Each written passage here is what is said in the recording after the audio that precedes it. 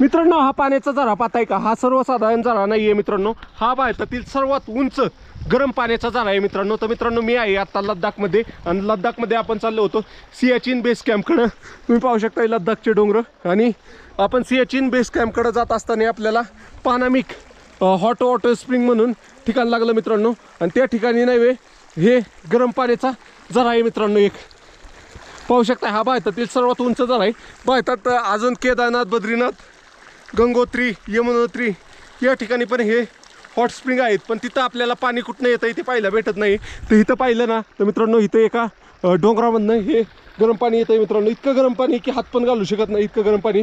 लद्दाखच्या आता मी चाललो सियाचीन, तिथं नाही -10 डिग्रीपर्यंत टेम्परेचर आहे आणि तिथल्या वातावरणात इतकं गरम पाणी एक चमत्कारच आहे मित्रांनो. आणि हे पाणी फक्त गरमच नाही, हे पण पाणी फायदेशीर पण आहे. ह्याच्यामध्ये सल्फर, कॅल्शियम, मॅग्नेशियम सगळं असतं.